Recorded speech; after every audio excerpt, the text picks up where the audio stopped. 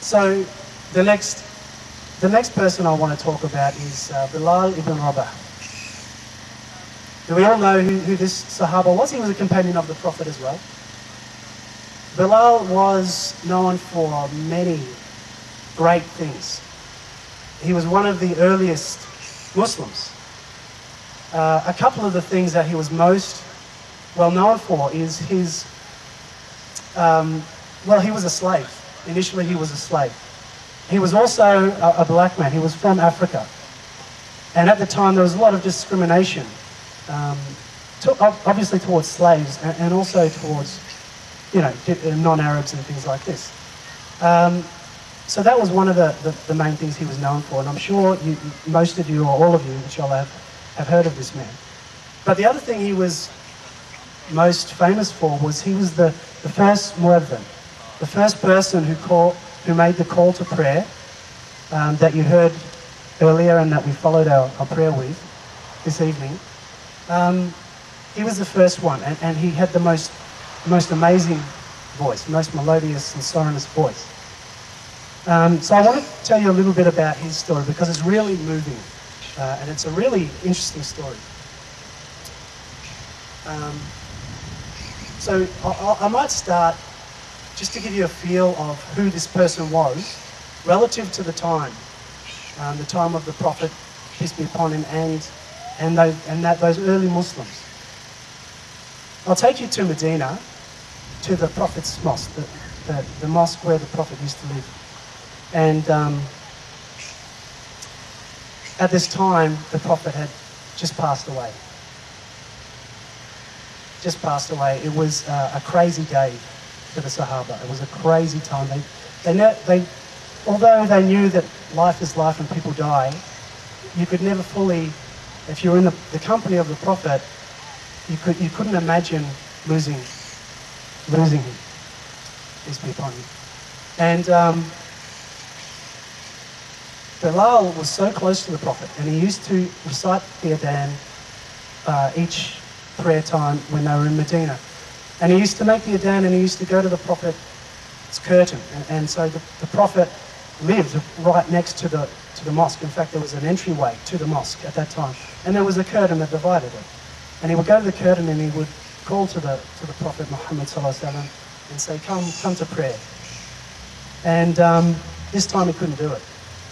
It was the morning after, and he just lost, the Prophet, the last Prophet Muhammad, and all the Muslims had lost this person. And he went to the curtain, and he couldn't call anyone because no one was there. He went to make the Adhan. Allahu Akbar, Allahu Akbar, Allahu Akbar, Allahu Akbar.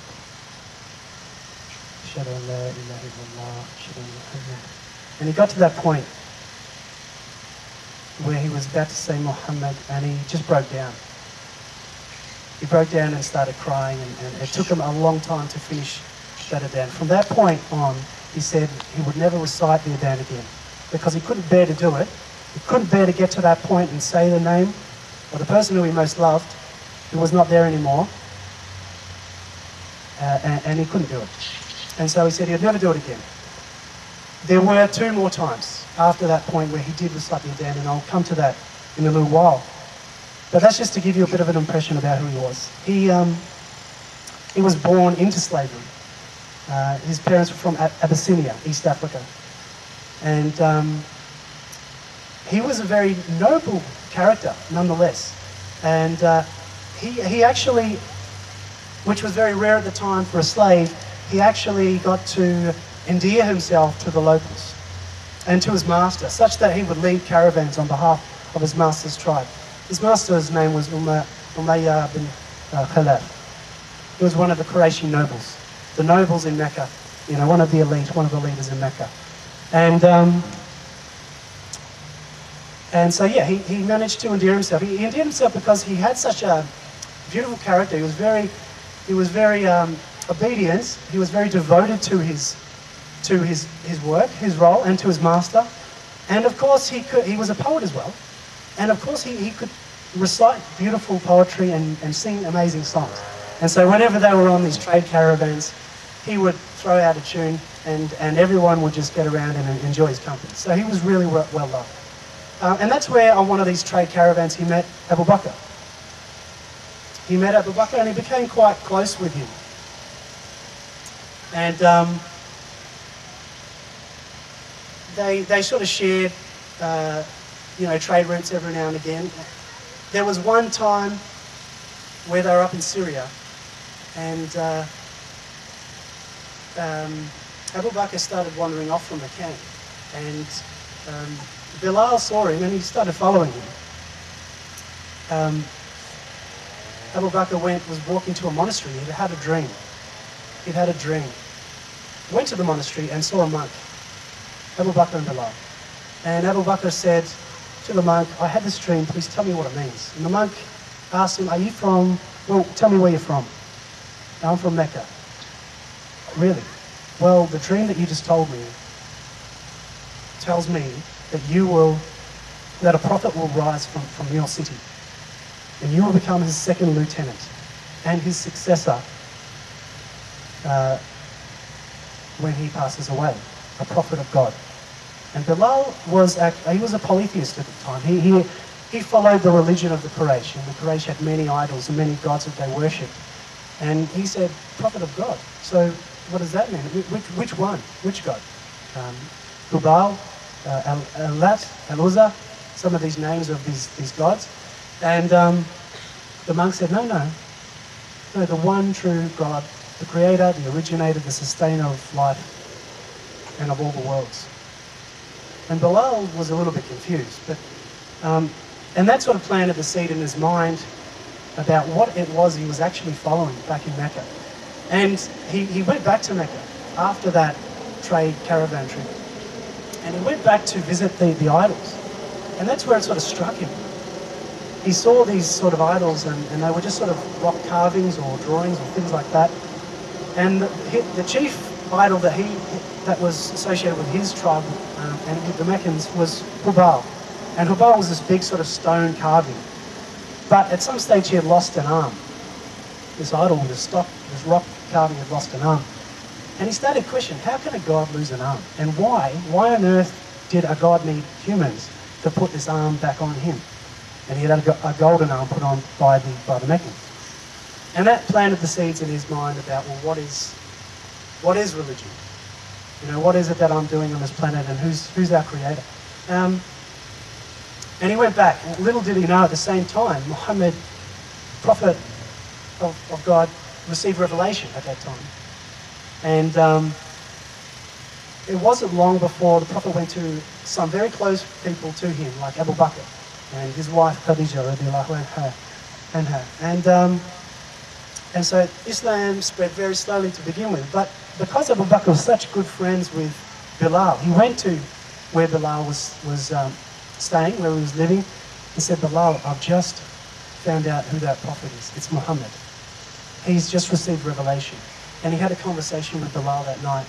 And just in that night, he managed to get Bilal to give the Shahada, the declaration of faith.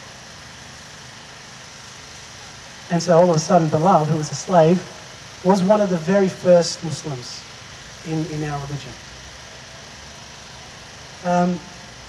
But because he was a slave, and because he sort of did not have the beliefs of his master, after some time this got found out. And he wasn't protected. He had to do what his master said. He had no protection. And so what happened was,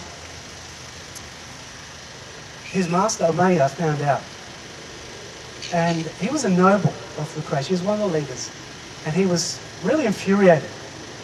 How can a slave of mine, a possession of mine, rebel against me and have different thoughts? And how can he support Muhammad and his God, who is trying to, take these people away from the things that we believe in? How can this happen? So he went back to Bilal and he confronted him. And Bilal was actually one day standing in his room reciting the Quran, what Muhammad had taught him, and he confronted him. Umayyah confronted him. And it got to the point where he started hitting him. He started hitting Bilal because he wouldn't stop thinking or believing in Muhammad and his God. And he said to Bilal, how can you follow something that your master doesn't follow? How can you do that to me?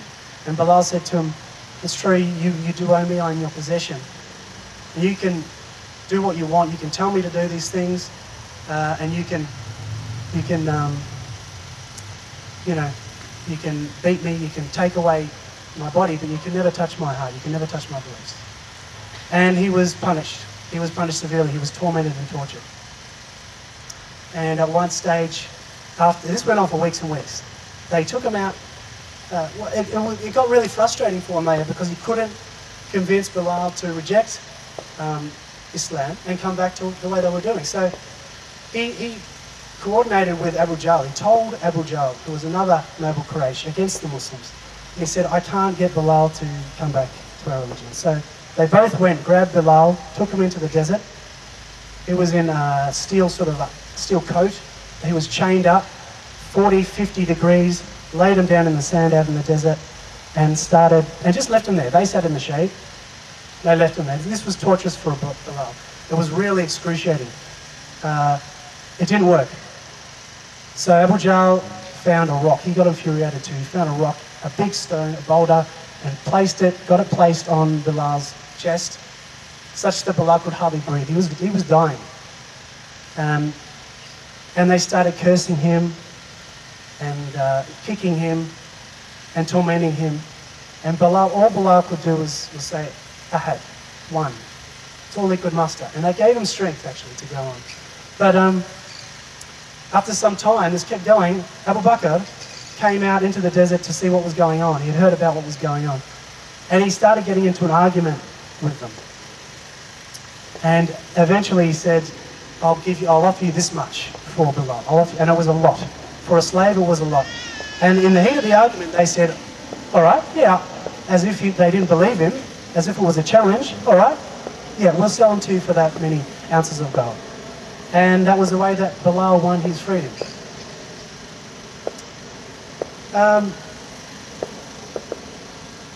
Now, for a long time, Bilal stayed with the Prophet, and this persecution continued because he didn't have the protection of some of the other people like Abu Bakr. He didn't have that protection, so he was still persecuted, but now he was a free person. Abu Bakr freed him from slavery, and they spent a lot of time in Mecca, before they immigrated to Medina. And they immigrated to Medina, and they set up, basically that they were welcomed into Medina by the Ansar, the people of Medina. And things started picking up a little bit, because they weren't getting persecuted every day in their own city. However, of course, they started being in conflict with the Quraysh, and they started fighting pitched battles against the Quraysh in defense of themselves.